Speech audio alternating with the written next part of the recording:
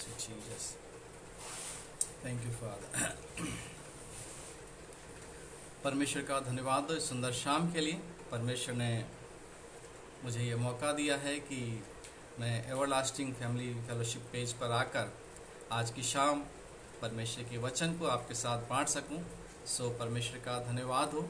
और साथ ही साथ मैं धन्यवाद देता हूं ब्रदर विक्टर लॉयल के लिए और उनकी पत्नी बरखा के लिए, उनके तमाम फैमिली मेम्बर्स के लिए जो इस पेज के द्वारा सेवकाई को कर रहे हैं। और मैं विश्वास करता हूं इस पेज के द्वारा बहुत से लोग आशीषित हुए हैं।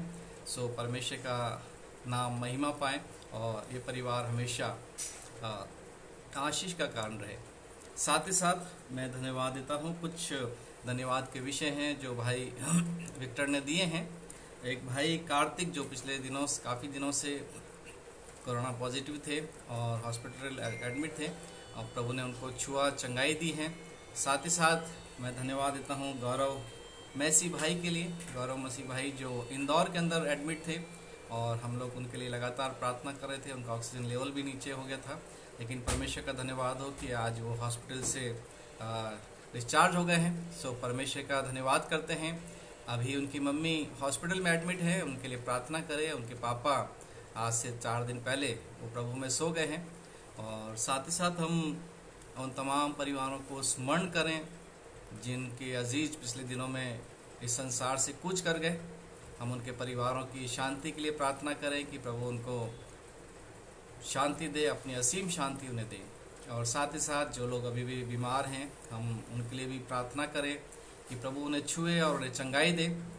और साथ में मैं एक विषय को लेकर आज की सुबह इस पेज की शुरुआत करना चाहता हूं।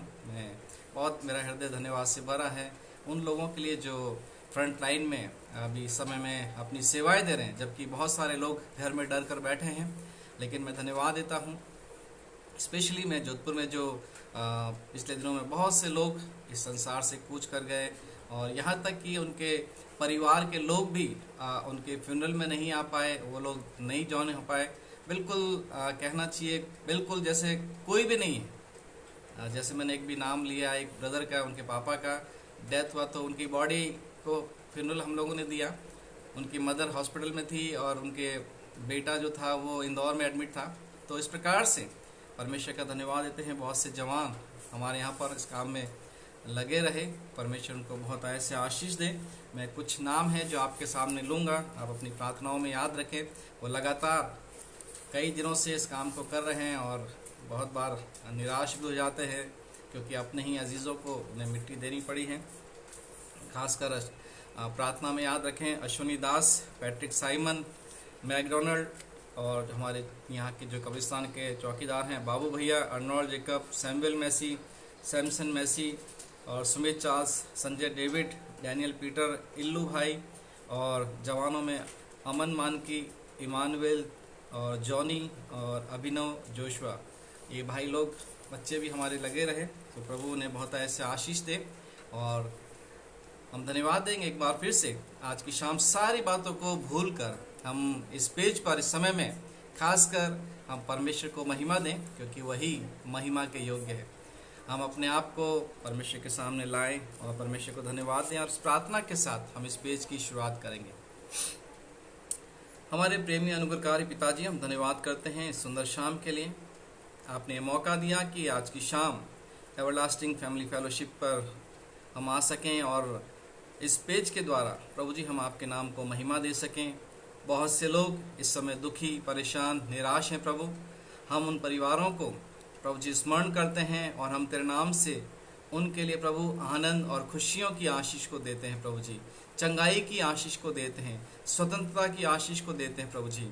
और बहुत से लोग इस समय जब ऑनलाइन इस पेज को देखते हैं, बहुत से लोगों के मन भारी होंगे। मैं चाहता हूँ इस समय यीशु के नाम से उनके मनों में शांति आने पाए और वो उत्साहित हों, क्योंकि उनका परमेश्वर जीवित परमेश्वर है। इस शाम को हम इस पेज को भी आपके हाथों में सौंपते हैं, धन्यवाद देते हैं। इस पेज के द्वारा बहुत से लोग आशीषित किए गए हैं जिन्होंने सेवकाई को किया है। भाई विक्टर लॉयल और उनके परिवार को आप उन्हें आशीषित करें, उनकी सेवकाई को बढ़ाएं। जब एक बोझ के साथ वो जयपुर में रहकर सेवा कर रहे हैं, आप उनको बरकत दें। हम प्रभु जी इस पूरे प्रोग्राम को आपके हाथों में सौंपते हैं, नेटवर्क को आपके हाथों में सौंपते हैं, और हम चाहते हैं सब बातों में आपका नाम महिमा पाए। यीशु मसीह के नाम से मांगते हैं, सुनो कबूल कर, आमीन। एक बार फिर से मैं परमेश्वर का धन्यवाद करता हूँ इस सुंदर शाम के लिए, कि परमेश्वर ने फिर से मौका दिया कि हम आज की शाम इस पेज पर परमेश्वर के वचन की सेवकाई को कर सकें। और मैं धन्यवाद देता हूँ भाई विक्टर के लिए, जिन्होंने ये मौका दिया कि हम उनके साथ कुछ समय संगति में बिताएं। आइए हम परमेश्वर के वचन में से एक भाग को पढ़ेंगे। आज का जो मेरा मुख्य विषय है वो ये है कि परमेश्वर जो अपॉर्चुनिटी हमें देता है उसका हम किस प्रकार से उपयोग करते हैं, या किस प्रकार से हम उसके लाभ को खो देते हैं। हम इस विषय पर आज थोड़ी देर परमेश्वर के वचन पर ध्यान देंगे। और मेरे साथ निकाल लें इफिसियों उसका 5वां अध्याय, उसकी 16 आयत। ये जानी मानी आयत है और बहुत बार आपने इस पे से कई संदेशों को सुना होगा। इफिसियों 5 उसकी 16 आयत, यहाँ पर लिखा है, अवसर को बहुमूल्य समझो क्योंकि दिन बुरे हैं।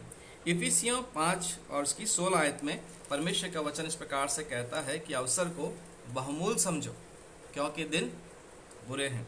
और मैं परमेश्वर का धन्यवाद देता हूँ कि चाहे परिस्थितियाँ कैसी भी क्यों ना हो, चाहे संसार में कैसा भी क्यों ना हो रहा हो, हबक्कुक हमें सिखाता है, वो कहता है, चाहे मेरे खेत में फसल उगे ना उगे, परंतु मैं फिर भी अपने परमेश्वर के कारण क्या रहूँगा, आनंदित रहूँगा।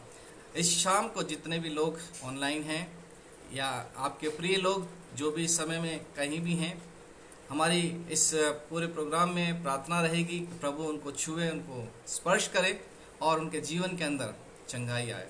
हम यीशु के नाम से चंगाई की घोषणा करते हैं, क्योंकि परमेश्वर का वचन कहता है कि जो कुछ तुम कहोगे मैं उसे पूरा करूंगा ताकि तुम्हारा आनंद पूरा हो जाए।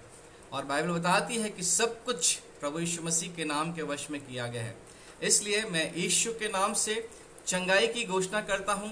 हर डर और भय की आत्मा को आज्ञा देता हूँ कि वो यीशु के नाम से दूर हो, और परमेश्वर के लोगों के अंदर परमेश्वर भय की नहीं परंतु हमें संयम और सामर्थ्य की आत्मा देता है, वो रिसीव करने पाए और परमेश्वर का नाम महिमा पाए।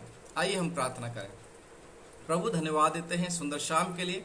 इस वचन को आपके हाथों में सौंपते हैं। आपका वचन गहरा है प्रभु, और उसे मानवीय दृष्टिकोण से समझना कठिन है। प्रभु जी, उस भेद में जो बातें रखी गई हैं प्रभु, उसे हम समझाएं और हमारी समझ को भी खोलें कि हम आपके वचन की गहराई को समझ सकें। मैं अपने आप को भी आपके हाथों में सौंपता हूँ। अपने पवित्र वेदी के अंगारों से मेरे होठों को छुएं, ताकि मैं नहीं परंतु आपकी आत्मा मुझ में से बातचीत करने पाए। इस समय बहुत से लोग प्रभु जी जब आपके वचन को सुनने के लिए उत्सुक हैं, तो शमूएल के समान आप उनसे बातचीत करें और शमूएल के समान उनके कानों को खोलें प्रभु जी, ताकि वो आपको सुनने पाएं। और प्रभु आप उनके जीवन में कार्य कर सकें, उन्हें आशीषित कर सकें और अपनी महिमा के इस्तेमाल कर सकें। यीशु मसीह के नाम से मांगते हैं, सुनो कबूल कर, आमीन। एक बार फिर से परमेश्वर का धन्यवाद हो। आज की शाम कुछ बातें मैं आपके साथ रखना चाहता हूँ। हम एक ऐसे पेंडेमिक समय में हैं, लोग परेशान हैं। हर सुबह हमारे दिल की धड़कनें तेज हो जाती हैं, नहीं मालूम किसका समाचार आया होगा। रात्रि को सोते हैं तो एक बेचैनी सी लोगों के पास रहती है कि नहीं मालूम रात में किसके साथ क्या घटेगा। लेकिन मैं आपको उत्साहित करूंगा, परमेश्वर का वचन कहता है हमें डरने की जरूरत नहीं है। अय्यूब अपने 3 अध्याय में कहता है, मैं जिस बात से भय रखता हूँ और वही बात मुझ पर आ पड़ी। इसका मतलब हम जैसा सोचेंगे वैसा हमारे जीवन में घटित हो जाएगा। इसलिए हमें भयभीत होने की जरूरत नहीं है। और पिछले एक पेज पर मैंने इस बात को बोला है कि हागे में परमेश्वर का वचन कहता है कि तुम क्या करो, पहाड़ पर चढ़ाओ। अगर आप भयभीत हैं, आप डरे हुए हैं, तो पहाड़ पर चढ़ाने के लिए परमेश्वर बुलाता है। और वहाँ पर कुछ बातें हागे से परमेश्वर कहता है। वो हमारा आज मैसेज नहीं है, लेकिन मैं सिर्फ एक शॉर्ट आपको बता रहा हूँ कि भयभीत होने की जरूरत नहीं है। हागे नबी की किताब मैं आपको रेफरेंस दे देता हूँ, आप अपने समय में पढ़ सकते हैं। और उसका पहला अध्याय और उसकी 8 से लेकर आप अगर 9 आयत तक पढ़ेंगे तो आप बहुत उत्साहित होंगे, बहुत आशीषित होंगे। वहाँ पर लिखा है, सेनाओं का यहोवा तुमसे कहता है, अपने चाल चलन पर सोचो, पहाड़ पर चढ़ जाओ और लकड़ी ले आओ और इस भवन को बनाओ, और मैं उसको देखकर प्रसन्न होऊंगा और मेरी महिमा होगी। यहोवा का यही वचन है। इसका मतलब परमेश्वर का वचन कहता है कि यदि आप भयभीत हैं तो पहाड़ पर चढ़ जाएं। पहाड़ पर चढ़ने का मतलब है परमेश्वर की संगति में आ जाएं। और परमेश्वर का वचन कहता है जो कुछ वो करने के लिए कह रहा है, जब हम उसके अनुसार करेंगे तो परमेश्वर प्रसन्न होगा और अपने लोगों को क्या करेगा, आशीषित करेगा। इसलिए आइए आज की शाम जो वचन हमारे लिए रखा है उस पर थोड़ी देर ध्यान दें। मैंने आपको बताया अवसर को बहुमूल्य समझें, है ना। जो अपॉर्चुनिटियां हमें दी जाती हैं उसको हम कैसे लेते हैं, हमें उस बात को जानना और समझना जरूरी है। आज की शाम मैं धन्यवाद देता हूं कि परमेश्वर का वचन हमारे लिए एक गाइडलाइन है, और ये नहीं है कि हम किसी प्रकार से कोई बहाना बना सकते हैं। हमारे जीवन में अगर कोई कठिनाई आई, दुख आई, पीड़ा आई, तो उसके लिए कोई ना कोई रीज़न अवश्य है। उस पर हमें बैठकर सोचने की आवश्यकता है। आज ऐसे ही एक व्यक्ति के जीवन से मैं आपके साथ बातचीत करना चाहता हूं। आप मेरे साथ निकाल कर रखें दूसरा इतिहास उसका 33 अध्याय और उसकी 1 से लेके 15 आयत तक हम उसके ऊपर थोड़ी देर मनन करेंगे। दूसरा इतिहास 33 अध्याय 1 से लेके 15 आयत तक। और यहाँ पर पहली आयत जो कहता है परमेश्वर का वचन वो यह है कि जब मनुष्य राज्य करने लगा तब वह 12 वर्ष का था और यरूशलेम में 55 वर्ष तक राज्य करता रहा। यहाँ पर एक व्यक्ति है जिसका नाम मनुष्य है, और जब उसने राज्य करना प्रारंभ किया तो 12 साल का था, और बाइबल बताती है उसने 55 साल तक राज्य किया। आज की शाम मैं आपका ध्यान थोड़ी देर मनुष्य के जीवन की ओर ले जाना चाहता हूँ। मनुष्य का जीवन जिस प्रकार का रहा, आज हम में से बहुत सारे लोग उसी प्रकार के जीवन को हम जी रहे होते हैं, और इसी कारण हम बहुत सारी परेशानियों में घिर जाते हैं। और ये एक अवसर था मनुष्य के जीवन के लिए, एक अपॉर्चुनिटी थी कि वो या तो परमेश्वर के अनुसार जिए या अपने मन के अनुसार। और ऐसा बाइबल में बहुत सारे लोग हुए हैं जिनको परमेश्वर ने अवसर दिया। एक और व्यक्ति है जिसका नाम शाऊल राजा है, उसके लिए भी एक अपॉर्चुनिटी थी, उसको भी एक अवसर मिला। वो अपनी अपने गधियों को ढूंढने के लिए निकला, लेकिन परमेश्वर का धन्यवाद हो कि परमेश्वर की नजरें उस पर थी और परमेश्वर ने उसे एक मौका दिया, और उसके लिए अवसर था, उसे राजा बनाया गया ताकि वो परमेश्वर के लोगों की क्या करे, अगुवाई करे, उनके निगरानी करे, उनकी रक्षा करे। उसे एक पोस्ट दी गई और वो राजा बनाया गया। लेकिन हम देखते हैं कि उसने अपने उस अवसर का लाभ नहीं उठाया, उस अपॉर्चुनिटी का लाभ नहीं उठाया, और वो जो कुछ उसे करना चाहिए था उसने नहीं किया। इस कारण परमेश्वर ने फिर उसकी जगह दाऊद को चुना और अपनी महिमा के लिए खड़ा किया। उसी तरह से हम नए नियम में देखते हैं एक और व्यक्ति है जो यीशु मसीह के साथ 12 शिष्यों में गिना गया, और उसका नाम था यहूदा। यहूदा एक शिष्य था जो प्रभु की तरफ से चुना गया, उसके लिए भी एक अपॉर्चुनिटी थी। यदि वो उस अपॉर्चुनिटी का फायदा उठाता, लाभ उठाता, तो मैं सोचता हूँ कि वो उन 12 शिष्यों के साथ बैठकर लोगों का न्याय करता। परमेश्वर का धन्यवाद हो इस सुंदर समय के लिए कि परमेश्वर में अवसर देता है कि हम उस अवसर का क्या करें, लाभ उठाएं। आज की शाम मैं यही बात आपके साथ बांटना चाहता हूँ कि जब वो राजा बनाया गया तो उसकी उम्र राज करने के लायक नहीं थी, लेकिन अपॉर्चुनिटी उसे मिली, एक अवसर उसे मिला। आज जब शाम को मैं अपने बच्चों से बात कर रहा था तो वो बता रहे थे कि प्रिविलेज जो है वो गरीबों को मिलता है और वो उसका फ़ायदा उठाते हैं। जो ST SC या जो बैकवर्ड कास्ट या जो भी रिजर्व कोटे में उन्हें प्रिविलेज मिलता है तो उसका लाभ वो उठाते हैं। और अपॉर्चुनिटी जो है वो जो रईस जो लोग होते हैं, जो पैसे वाले ऑलरेडी होते हैं, उनके लिए अपॉर्चुनिटी होती है, उनके पास पहले से बहुत सी चीज़ों के लिए सुविधाएं होती हैं। लेकिन कितने लोग हैं जो उसका लाभ उठाते हैं? हमारे जीवन में भी ऐसा ही होता है। प्रभु हमें चुनता है किसी पर्पज के लिए, किसी काम के लिए, और परमेश्वर का वचन जो है वो हमें बताता है कि वो उसका लाभ हम कितना उठाते हैं। इन दिनों में बहुत से लोग बीमार हुए हैं, बहुत से लोगों को चंगाई मिली है। मुझे नहीं मालूम कितने लोगों को ये अपॉर्चुनिटी मिली है कि वो चंगे होकर परमेश्वर के लिए क्या कर सकते हैं।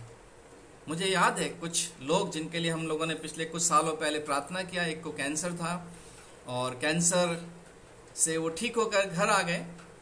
और घर आने के बाद वो अपने वही घरेलू दिनचर्या में व्यस्त हो गए और फिर थोड़े समय बाद फिर वो बीमार हुए। उसके बाद वो बचने के लिए उनका अवसर नहीं मिला। एक और जवान जिसके एक्सीडेंट से सर में चोट आई और वो बहुत ही बुरी स्थिति में पहुंच गया और डॉक्टर सिर्फ उसको एक्सपेरिमेंट के लिए उसको रखा हुआ था और वो उसका ऑपरेशन करने के लिए उन्होंने कहा घर वालों ने कहा ठीक है, पैसा था नहीं लेकिन एक अपॉर्चुनिटी थी उनके लिए और उसका ऑपरेशन हुआ और परमेश्वर का धन्यवाद, वो ऑपरेशन सफल हुआ और वो फिर से खड़ा हो गया। लेकिन इसके बजाय कि वो परमेश्वर के भवन में आकर परमेश्वर के नाम को महिमा दे, गवाही दे, उसने उस चीज का फायदा नहीं उठाया, परंतु वो शादी में और दूसरी जगहों पर जरूर गया वो। लेकिन कुछ दिनों बाद फिर से वही स्थिति उसके साथ घटी और फिर उसके लिए अवसर नहीं मिला और वो संसार से कूच कर गया। तो मेरा कहने का मतलब ये है आज की शाम कि जब हमें अपॉर्चुनिटी मिलती है, जब हमें अवसर मिलता है, तो उस अवसर को हम किस प्रकार से इस्तेमाल करते हैं, किस प्रकार से हम उसको यूज करते हैं और हम कैसे उसके द्वारा परमेश्वर के नाम को महिमा दे सकते हैं। तो यहाँ पर ये राजा बनाया गया मनुष्य 12 साल की उम्र में और 55 साल तक इसने राज्य किया। लेकिन जिस तरह से इसने राज्य किया उसको हम देखें कि उसने अपने जीवन में क्या कुछ किया और उसके जीवन में क्या क्या घटा और क्या परिणाम उसके जीवन में आए। तो यहाँ पर दूसरी आयत में हम देखेंगे, लिखा है उसने वह किया जो यहोवा की दृष्टि में बुरा था, अर्थात उन जातियों के घिनौने कामों के अनुसार जिनको यहोवा ने इजराइलियों के सामने से देश से निकाल दिया था। उसने उन ऊंचे स्थानों को जिन्होंने अपने पिता हिजकिय्याह ने तोड़ दिया था फिर बनाया। यहाँ पर हम देखते हैं कि उसका जीवन का तरीका क्या था। राजा बनने के बाद एक इजराइल का राजा था, परमेश्वर ने उसे अवसर दिया था कि वो परमेश्वर के महिमा के लिए इस्तेमाल हो, परमेश्वर के लोगों की अगुवाई करे। लेकिन क्या हुआ, यहाँ पर हम देखते हैं कि उसने वह किया जो यहोवा की दृष्टि में बुरा था। आज बहुत बार हमारे मसीह जीवन में भी हमें कई ऐसी अपॉर्चुनिटियां मिलती हैं, कई ऐसे सेवकाई के हमें अवसर मिलते हैं। कई बार हम परमेश्वर के अनुग्रह से पास्टर बनाए जाते हैं, बिशप बनाए जाते हैं, मॉडरेटर बनाए जाते हैं। लेकिन हमारे जीवन का कार्य करने का तरीका क्या है, हमारे जीवन जीने की शैली क्या है, हम किस प्रकार से अपने जीवन को जी रहे हैं। देखिए यहाँ पर परमेश्वर का वचन कहता है, दूसरा इतिहास 33 अध्याय और उसकी दूसरी आयत में, कि उसने वह किया जो यहोवा की दृष्टि में बुरा था। उसको इजराइलियों की एक अच्छी अगुवाई करनी थी।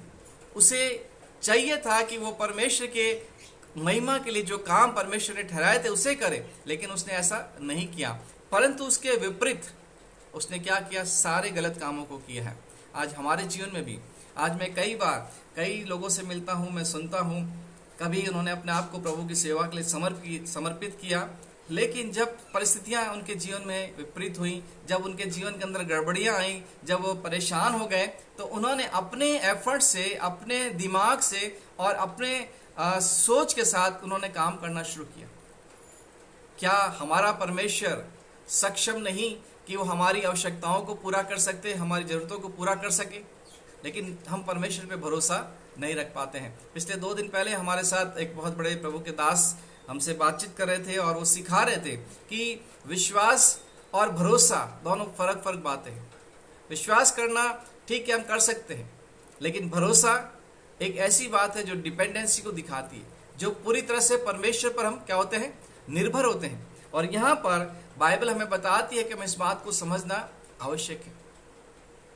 बहुत सारे लोग आज दुख और परेशानी में इसलिए हैं कि जो अवसर उन्हें मिला, जो अपॉर्चुनिटियां उन्हें मिली, जिसका लाभ उन्हें उठाना चाहिए था, वो नहीं उठाकर वो अपने तरीके से अपने जीवन को जिए और इसलिए परेशानियों में घिरते गए। ये सच्चाई है, आप चाहे इसे माने या ना माने, लेकिन जो परमेश्वर ने मुझे कहा है और जो मुझे परमेश्वर ने अनुभव दिया, जो सिखाया है, उस बात को मैं आज की शाम आपके साथ बांट रहा हूं कि मैं इस बात को कहूंगा। मैंने किसी प्रभु के दास से सुना था कि आप परमेश्वर के साथ चाहे लड़खड़ाते हुए चलो, लेकिन आप परमेश्वर के हाथ को थामे रहो, परमेश्वर आपको मंजिल तक पहुंचाएगा।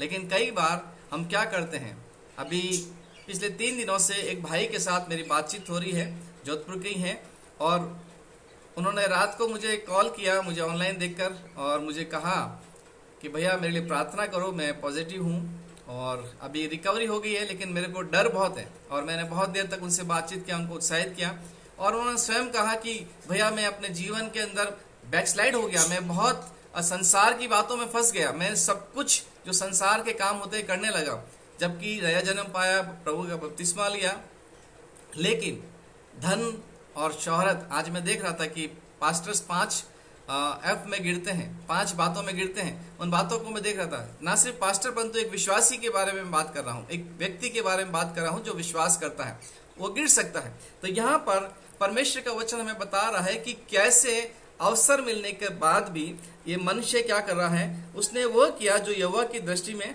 बुरा है, और यहाँ पर उसके पूरे कामों की श्रेणी दी गई है। यहाँ लिखा गया है, उसने घिनौने कामों के अनुसार यहोवा ने इजरायलियों के सामने से, मतलब जिन कामों को करने वाले लोग वहां पर बसते थे, परमेश्वर ने उनको निकाल दिया था उनके सामने से, और परमेश्वर ने अपने लोगों को स्थिर किया था, अपनी सामर्थ्य को दिखाकर, अपने प्रेम को दिखाकर, अपने अनुग्रह को दिखाकर। लेकिन इन्होंने फिर से वही सब चीजें करने लगी जो उस समय में पुराने धर्म को मानने लोग कर रहे थे। फिर यहाँ परमेश्वर का वचन कहता है, उसने उन ऊंचे स्थानों को जिन्हें उसके पिता हिजकिय्याह ने तोड़ दिया था फिर से बनाया, और बाल नामक देवता के लिए वेदियां और अशेरा नामक मूर्तियां बनाई, और आकाश के सारे गणों को दंडवत करता और उसकी उपासना करता रहा। यहाँ पर क्या कर रहा है मनुष्य? वो काम कर रहा है जिससे परमेश्वर को क्रोध आता है, जिससे परमेश्वर को रीस आती है, वो सब काम कर रहा है। और वो क्या कर रहा है? मूर्तों को बना रहा है, और उसने बाल देवता की मूर्त को बनाया, और अशेरा की मूर्त को बनाया, और आकाश के सारे गणों को, जैसे कि आज हम देखते हैं, आज बहुत बार हम अपने भविष्यों की भविष्यवाणियों को देखते हैं अखबारों के अंदर, या किसी पंडितों के पास जाकर पूछते हैं। बहुत सारे मसीह लोग भी, बहुत सारे प्रचारक लोग भी, मैं बहुत से ऐसे लोगों को जानता हूं जो इस प्रकार के काम को कर रहे हैं। और फिर आगे लिखा है, उन गणों को दंडवत करना, उनकी उपासना करना, और उसने यहोवा के भवन में वेदियां बनाई, जिसके विषय यहोवा ने कहा था, यरूशलेम में मेरा नाम सदा बना रहेगा। बाइबल बताती है कि परमेश्वर का वचन कहता है कि यहोवा ने कहा, यरूशलेम में मेरा नाम सदा बना रहेगा। मेरे प्रियो, इस बात को बहुत गहराई से आज शाम को समझने की जरूरत है। परमेश्वर का वचन कहता है, यरूशलेम में मेरा क्या रहेगा? नाम बना रहेगा, मेरा नाम सदा बना रहेगा। मैं और आप आज की शाम उस यरूशलेम के समान है। परमेश्वर का वचन कहता है, यरूशलेम में क्या था? उसका मंदिर था। और परमेश्वर का वचन कहता है, तुम्हारी देह पवित्र आत्मा का मंदिर है। हमारे जीवन के अंदर परमेश्वर का नाम सदा होना चाहिए, लेकिन ऐसा नहीं हुआ है। और इसलिए हागे की किताब को जब हम पढ़ते हैं, यदि आप पहले अध्याय की 8वीं आयत को और 7वीं आयत को पढ़ेंगे, उसके आगे की आयतों को, तो वहां पर लिखा हुआ है, परमेश्वर का वचन कहता है, मेरा भवन उजाड़ पड़ा है और हर एक अपने अपने घर को बना रहा है। इसका मतलब यही है कि परमेश्वर के लोगों की स्थितियां खराब हैं और लोग अपने अपने जीवन को अपने विलासिता में जी रहे हैं। जरूरी नहीं कि हमने पूजा नहीं की या हमने गणों को नहीं बनाया, लेकिन यदि मेरे और आपके सामने अगर हमारी चौखट पे लाजर है, तो हमारी जिम्मेदारी है कि हम उस लाजर की क्या करें? सुधि लें। लेकिन ऐसा नहीं हो रहा है। यहाँ तक कि बहुत सारे धार्मिक जो अगुवे हैं, जिनके ऊपर जिम्मेदारियां दी गई हैं, जिनको सैलरियां दी जाती हैं, वो भी अपने काम को खुद नहीं करके दूसरों से करवा रहे हैं, क्योंकि हमारे जीवन के अंदर वो प्रेम जो परमेश्वर के प्रति होना चाहिए, वो हमारे जीवन में नहीं है। तो यहाँ पर हम देखते हैं, फिर ऐसा ही हुआ। और लिखा है, अगर आप पूरी आयत को पढ़ेंगे तो आप इस बात को पाएंगे कि 9 आयत में, मनुष्य ने यहूदा और यरूशलेम के निवासियों को यहाँ तक भटका दिया कि उन्होंने उन जातियों से भी बढ़कर बुराई की जिन्हें यहोवा ने इजरायलियों के सामने से विनाश किया था। मेरे अजीजों, आज की शाम मैं आपको बताना चाहता हूँ, उस व्यक्ति ने क्या किया। आज हमारे जीवन के अंदर भी जो हमारे मुखिया लोग हैं, उनके द्वारा बहुत सारे लोग आज इसी प्रकार से क्या हो गए? भटक गए हैं, और वो काम कर रहे हैं, वो बुराइयां कर रहे हैं जिन्हें नहीं करना चाहिए। और बाइबल हमें आज की शाम इस बात को बता रही है कि अपॉर्चुनिटियां हमारे जीवन में आती हैं। कई बार हम लोगों के जीवन को अगर देखेंगे, कई बार हम अपने अगुओं के जीवन को देखेंगे तो हमारी परिस्थितियां भी ऐसी हो सकती हैं। लेकिन आज की शाम मैं आपको उत्साहित करूंगा कि आपका परमेश्वर, जैसे मैंने आपको बताया, हग्गे नबी एक अध्याय के 8 आयत में कहता है, पहाड़ पर चढ़ाओ। आप सब चीजों को एक तरफ छोड़ दो, सारी परिस्थितियों को एक तरफ रख दो और आप परमेश्वर के पास चले जाओ। हिजकिय्याह ने भी अपने जीवन में सुना, उसको कहा गया कि तू मरने वाला है, जो कुछ तुझे करना है तो तू कर ले। तो उसने कहा कि कम से कम एक चेतावनी मुझे मिली है, क्यों ना मैं इसका लाभ उठाऊं। और उसने उसका लाभ उठाया। उसने अपने मुंह को दीवार की तरफ फेरा और उसने परमेश्वर से गिड़गिड़ा कर प्रार्थना की, और बाइबल बताती है कि उसके जीवन के 15 वर्ष बढ़ा दिए गए। आज मैं और आप यदि किसी ऐसी अवस्था से होकर गुजर रहे हैं, यदि हम किसी कष्ट में हैं, तकलीफ में हैं, तो परमेश्वर का वचन हमें कहता है कि हमें इस बात पर विचार करने की आवश्यकता है।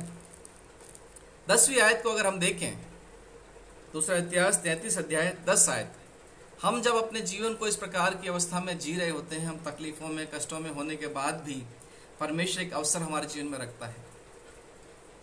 यहां लिखा है 10 आयत में, यहोवा ने मनशे और उसकी प्रजा से बातें की, परंतु उन्होंने कुछ ध्यान नहीं दिया। हालेलुया। परमेश्वर का वचन कहता है कि जब ऐसी परिस्थितियों से होकर हम गुजर रहे होते हैं, जब हम ऐसी पीड़ाओं में होते हैं, तब परमेश्वर क्या करता है हमारे लिए, फिर भी एक अवसर रखता है। मुझे बहुत अच्छा लगता है जब परमेश्वर के एक दास को मैं एक संदेश को सुन रहा था कि परमेश्वर ने जब पृथ्वी को नाश करने की योजना बनाई, तो उस नाश के अंदर भी, उस विनाश के अंदर भी उसने क्या रखा, एक बचाव का रास्ता रखा। और क्या रास्ता था? एक बचाव नूह के लिए, एक परिवार को उसने बचाया जो उसके मन के अनुसार था। यहां भी परमेश्वर मनुष्य और उसके लोगों से क्या करता है, बातें करता है, लेकिन बाइबल कहती है कि उन्होंने कुछ ध्यान नहीं दिया। आज भी हमारे जीवन के अंदर जब बहुत हम चरम सीमा के दुख में या पीड़ाओं में होते हैं, तो हमें समझना है कि उससे पहले बहुत बार परमेश्वर ने हमसे कुछ बातचीत किया होगा, लेकिन हमने इस पर कभी ध्यान नहीं दिया। मेरे जीवन में जब कुछ कष्ट आता है, तकलीफ आती है, तो मैं बैठकर सोचता हूँ कि कहीं कोई मिस्टेक जरूर हुई है, और मैं उस बात के लिए परमेश्वर के सामने जाता हूँ, क्षमा मांगता हूँ। परमेश्वर का धन्यवाद हो कि हमारा परमेश्वर क्षमा करने वाला परमेश्वर है। परमेश्वर के वचन में लिखा है, वो ताड़ना देता है और वही हमें चंगा भी करता है। वो हमारे जीवन के अंदर कष्टों में हमें जाने देता है, लेकिन फिर वही हमें निकालता भी है। इस समय में जब हम कोरोना के वायरस से परेशान हैं, मैं आपको उत्साहित करूंगा, हमें भयभीत होने की जरूरत नहीं है। बाइबल कहती है, तुम्हारे मुंह के वश में मैंने जीवन और मृत्यु को रखा है, जो उसको काम में लाना जानता है वो उसका प्रतिफल पाएगा। परमेश्वर का धन्यवाद हो। पिछले 1.5 साल से जब ये समस्याएं चल रही हैं, हम लगातार बाहर आ रहे जा रहे हैं, हॉस्पिटलों में आ रहे जा रहे हैं। परमेश्वर का धन्यवाद हो कि परमेश्वर ने हमें संभाल के रखा है। हर समय उठते बैठते हम परमेश्वर को धन्यवाद देते हैं। ये नहीं कि जो बीमार हो गए हम उनसे बहुत अच्छे हैं, ऐसा नहीं, लेकिन एक चीज़ है कि हम परमेश्वर पर ध्यान लगाते हैं, उसकी बातों पर ध्यान लगाते हैं, हम सुनते हैं। हम कहीं गलत होते हैं तो हम उसको पहले ठीक करते हैं और फिर परमेश्वर के सामने माफ़ी मांगते हैं और फिर हम अपने काम की ओर बढ़ते हैं। यहाँ पर मनुष्य ने जो कुछ भी किया, उसकी बुराइयां इतनी बढ़ गई कि परमेश्वर को उसके ऊपर क्रोध आया, लेकिन फिर भी एक अवसर परमेश्वर उसे दे रहा है। और अवसर क्या है? यहाँ पर परमेश्वर का वचन कहता है 10वीं आयत में कि यहोवा ने मनुष्य और उसकी प्रजा से बातें की, परंतु उन्होंने कुछ ध्यान नहीं दिया। मेरे प्रियो, आज की शाम यदि आप किसी कठिनाई में हैं, किसी परेशानी में हैं, किसी कष्ट में हैं, या आप भी ऐसी परिस्थितियों में घिरे हुए हैं, तो मैं आपको उत्साहित करूंगा, आप सोचिएगा कि कहीं परमेश्वर ने कभी कोई बात किया था क्या हमने उसका रिप्लाई सही दिया, क्या हमने उसको सही रिस्पॉन्स दिया। हम लोग यहाँ पर एक ऑनलाइन प्रार्थना ग्रुप चलाते हैं, जोशुआ प्रार्थना ग्रुप के नाम से, और बहुत सारे लोग उसमें ऐड हैं। और मैं विश्वास करता हूँ कि सभी लोग जो जुड़े हुए हैं प्रार्थना करते हैं, लेकिन मैं उन्हें उत्साहित करता हूँ। बहुत सारे लोग कोई कमेंट नहीं करते हैं, किसी प्रकार का कोई रिएक्शन नहीं देते हैं, लेकिन मैं विश्वास करता हूँ प्रार्थना करते हैं। लेकिन मैं उन्हें उत्साहित करता हूँ, यदि आप अपना एक कमेंट देंगे, यदि आप एक प्रेयर का सिर्फ सिंबल भी डाल देंगे, तो दूसरे लोग उत्साहित होंगे कि हाँ भाई, इतने लोग हमारे साथ प्रार्थना में लगे हुए हैं। नहीं तो क्या होता है, उनको लगता है हम 4 ही लोग प्रार्थना कर रहे हैं, और धीमे धीमे वो भी ठंडे होते जाते हैं। इसलिए बीच बीच में मैं अपने ग्रुप में उनको उत्साहित करता हूँ। बहुत सारे लोग हैं जो नहीं कमेंट कर पा रहे हैं, लेकिन वो प्रार्थना कर रहे हैं। मैं जब बातें करता हूं तो लोग बोलते हैं भैया हम देख रहे हैं, हम लगातार प्रार्थना कर रहे हैं। और मैं फिर उनको बोलता हूं कि आपके एक रिमार्क से, आपके एक कमेंट से जो प्रार्थना करने वाले हैं उनको बल मिलता है। आप लगातार उसमें इन्वॉल्व हों, अपने आप को प्रेजेंट रखें। बहुत जरूरी है मेरे प्रियो कि हम जहाँ भी जिस जगह हैं अपने कामों के द्वारा, अपने बातों के द्वारा, अपने व्यवहार के द्वारा इस बात को प्रमाणित करें कि हम आपके साथ में, ताकि दूसरे लोग उत्साहित होकर आगे बढ़ सकें। तो यहाँ पर मैं आपको बता रहा हूँ कि जब ऐसी परिस्थितियाँ आए तो हमें बैठकर सोचना है कहीं कोई मिस्टेक तो नहीं होगी, कहीं हम चूक तो नहीं गए परमेश्वर की आवाज़ को सुनने में। शमूएल नबी जब बच्चा ही था तब परमेश्वर ने जब उसे पुकारा था, वो छोटा बालक था। एक ही जगह पे परमेश्वर पुकार रहा है और जो बहुत पुराना अनुभवी महायाजक एली वहाँ पर है, वो परमेश्वर की आवाज़ को नहीं सुन रहा है। बहुत ज़्यादा डिस्टेंस नहीं होगा, बहुत ज़्यादा दूरी नहीं होगी, उसके कमरे के बाहर ही शमूएल रहता है। और जैसे ही वो पुकार आवाज़ सुनता है दौड़ता है एली के पास, क्या आपने पुकारा है?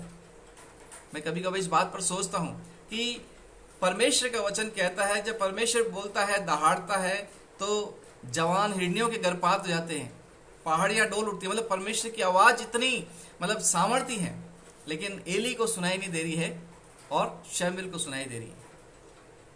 वही सुन पाएगा जो कनेक्ट रहेगा। अगर आप परमेश्वर के साथ कनेक्ट नहीं है तो आप परमेश्वर की आवाज़ को सुन नहीं पाएंगे। इसलिए जब किसी प्रकार के जीवन को हम चल रहे होते हैं, वचन में लिखा है जब आप स्थिर हो तो चौकस हो जाओ। जब आप सही चल रहे हो तो आप क्या हो जाओ? चौकस हो जाओ। कहीं ऐसा ना हो कि आप उस परिस्थिति में परमेश्वर कुछ आपको इंस्ट्रक्शन दे रहा है, परमेश्वर आपको आने वाली विपत्ति से बचाने के लिए कुछ कह रहा है, आप उसे अनसुना कर दो। यहाँ पर भी यही बात घटित हो रही है। यहाँ लिखा है कि यहोवा ने मनुष्य और उसकी प्रजा से बातें की, परंतु उन्होंने कुछ ध्यान नहीं दिया। कई लोगों के जीवन में ऐसा घटा है।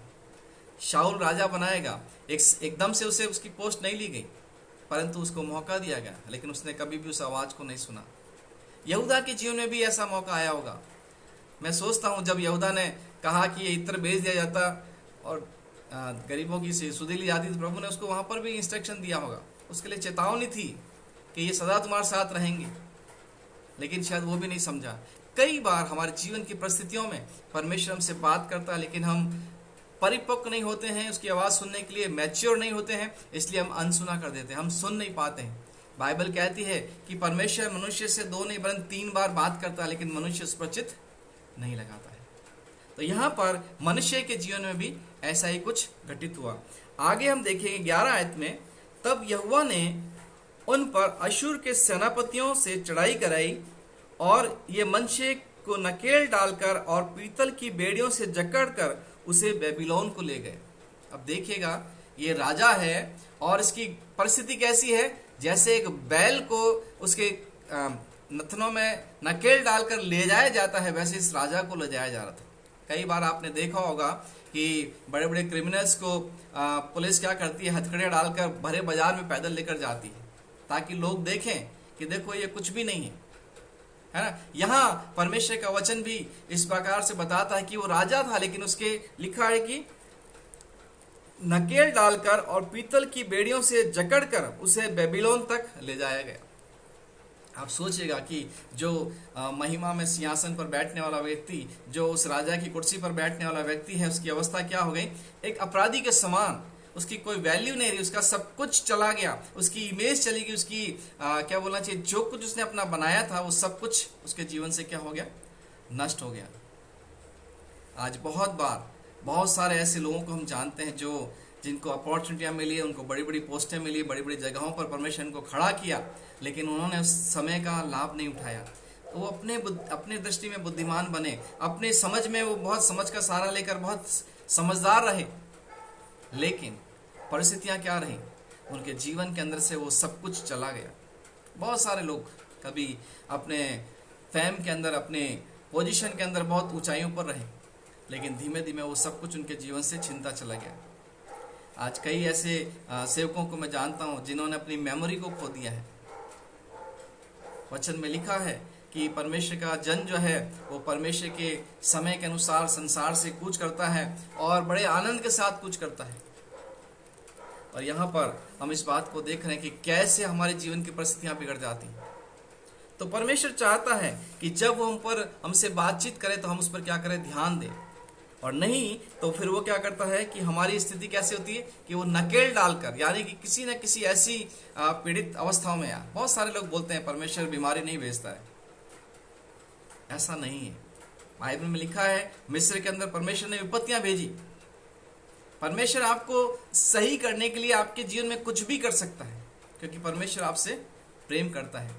बहुत बार हम बोल देते हैं, परमेश्वर का वचन कहता है वो न्यायी परमेश्वर है। आपके जीवन में जरूर कुछ भी परिस्थितियां आ सकती हैं, नो डाउट। ये नहीं कि परमेश्वर की ओर से नहीं आता है। आपने अगर कुछ किया है, कई परमेश्वर के दास बोलते हैं वो कर्मों का फल है, वो सब है, वो संसार का नियम है। लेकिन बाइबल कहती है कि परमेश्वर, यहाँ राजा को लिखा है नकेल डालकर, हिजकिय्याह को लिखा है उसे जानवर बना दे, नबूकदनेस्सर के विषय में लिखा है उसे जानवर बना दिया गया। परमेश्वर ने बड़े बड़े लोगों को दंडित किया है। परमेश्वर कई लोग बीमार होकर चले गए संसार से, क्योंकि परमेश्वर की दृष्टि में वो चीजें उन्होंने की जो नहीं करना चाहिए। तो यहाँ पर मनुष्य आज हमारे लिए एक बड़ा एग्जाम्पल है। और फिर लिखा है कि बेड़ियों से जकड़कर उसे बेबीलोन ले गए। तब बाइबल बताती है क्या किया उसने।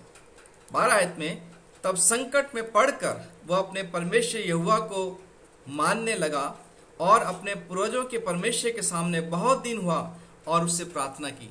3 बातें यहाँ पर वो कर रहा है मनुष्य। पहली बात वो कह रहा है परमेश्वर को मानने लगा, दूसरा वो उसके सामने दीन हुआ, और तीसरा उसने प्रार्थना करना शुरू किया। आज हमें परमेश्वर को परमेश्वर करके मानना जरूरी है। बाइबल में लिखा है हर एक चीज उसके आगे घुटना टेकेगी। तो हम क्या है? हम कुछ भी नहीं है। हमारा पैसा, हमारा बल, हमारी पोजीशन हमें बचा नहीं सकती है। इस कोरोना ने किसी को भी नहीं छोड़ा। यहाँ तक कि हमारे सीएम साहब जो हैं वो भी कोरोना से ग्रसित हो गए।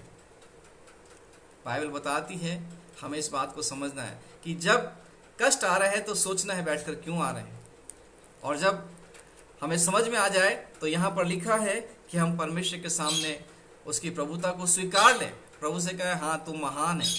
हम इन दिनों में, मैं इस बात को कह रहा हूँ कि इन दिनों में मैं अधिक चाह रहा हूँ कि लोग परमेश्वर को आराधना करें, धन्यवाद दें। हम बीमारियों के लिए रोए नहीं, हम विलाप नहीं करें, हम परमेश्वर पर दोष ना लगाएं, हम डॉक्टरों पर दोष ना लगाएं, हम मेडिसिन पर और जो हमारी गवर्नमेंट है उसके ऊपर दोष ना लगाएं, परंतु हम परमेश्वर को क्या करें, धन्यवाद दें। प्रभु जो कुछ भी है हम सब बातों के लिए धन्यवाद देते हैं। जैसे हबक्कुक कहता है चाहे मेरे खेत में फसल उगे ना उगे, लेकिन मैं अपने परमेश्वर के कारण आनंदित रहूंगा, है ना। और यही बातें हमारे जीवन के अंदर एक बड़े काम को करने पाएगी, एक परमेश्वर की बड़ी आशीष को लेकर आने पाएगी। तो यहाँ पर मनुष्य परमेश्वर के उस प्रभुत्व को स्वीकारता है, मान लेता है कि मैं कुछ भी नहीं हूं तेरे आगे, और वो क्या करता है, अपने आप को दीन करता है। और बाइबल एक बहुत खूबसूरत बात कहती है, परमेश्वर का वचन कहता है कि तुम दीन बनोगे तुम्हें शिरोमणि बनाएगा। जब दीन होकर तुम मुझे पुकारोगे मैं तुम्हारी सुनूंगा। बाइबल का इतिहास पूरा बताता है जितने लोगों ने अपने आप को दीन किया और परमेश्वर को पुकारा, बाइबल कहती है परमेश्वर ने उनकी बातों को सुना है और उनकी सहायता की है। यहाँ भी परमेश्वर का वचन कहता है वो हमारी सहायता करेगा।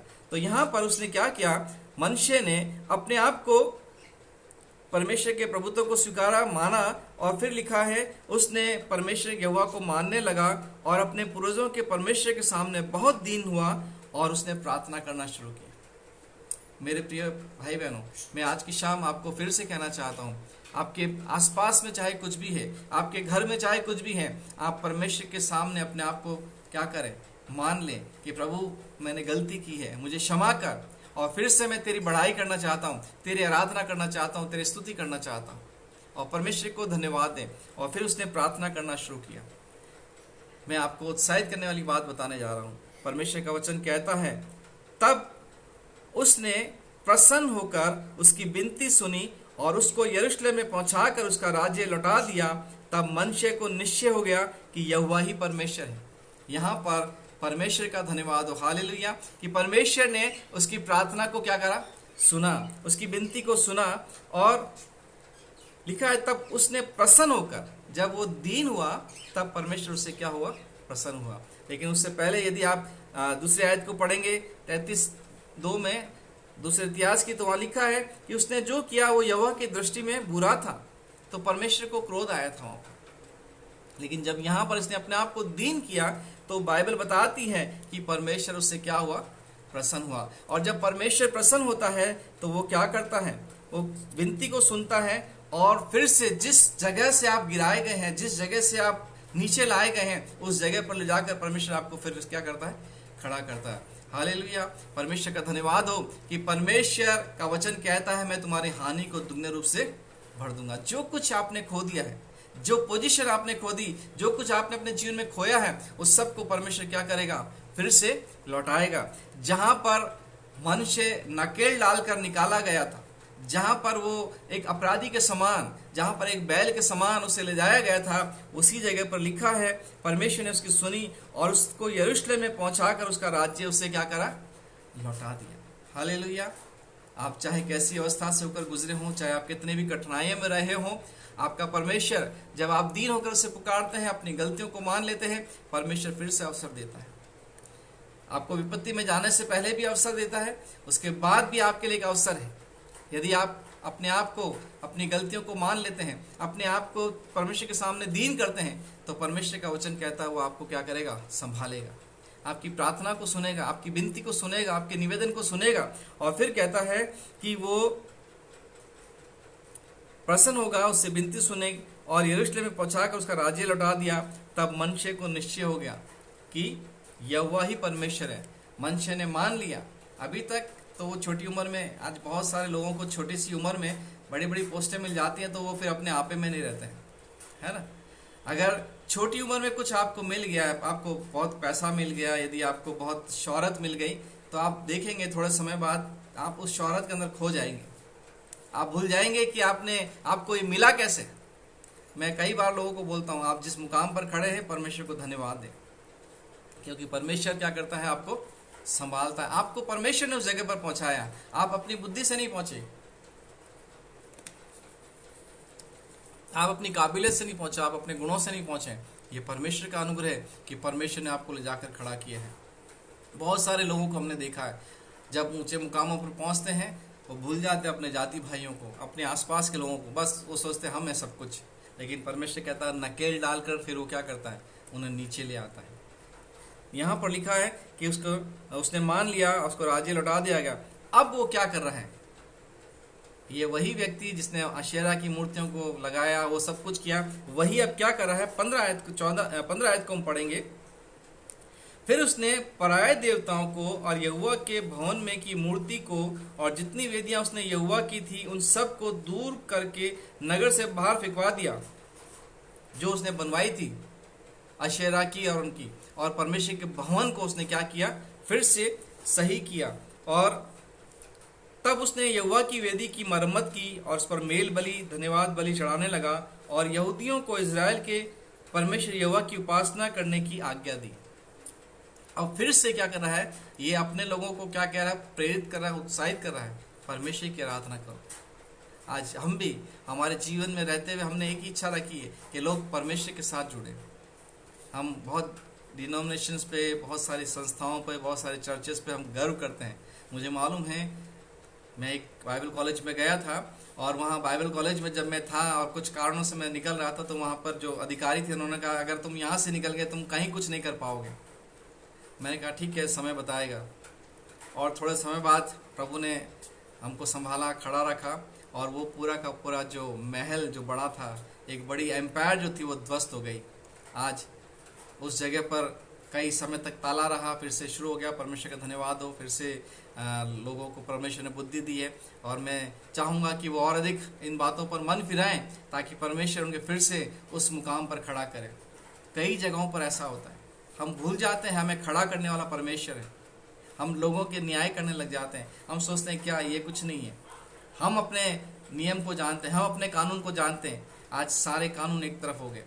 मैं परमेश्वर का धन्यवाद देता हूँ कि यहाँ पर मनुष्य ने इस बात को समझ लिया और फिर उसने पराये देवताओं को और यहोवा के भवन में जो मूर्तियाँ थी उन सब वेदियों को उसने यरूशलेम के भवन के पर्वत और यरूशलेम में बनवाई थी, उन सबको दूर करके नगर से बाहर फिकवा दिया।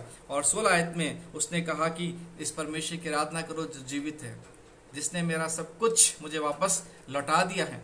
और फिर 17 आयत, तो अभी प्रजा के लोग ऊंचे स्थानों पर बलिदान करते रहे, परंतु केवल अपने परमेश्वर यहोवा के लिए। फिर उन्होंने क्या किया? परमेश्वर की आराधना करना प्रारंभ किया, परमेश्वर की जय जयकार करना प्रारंभ किया।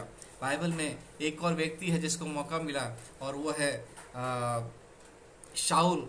जब प्रभु यीशु मसीह का उसके सामने एनकाउंटर हुआ, उसने उस अवसर को फिर दोबारा खोने नहीं दिया।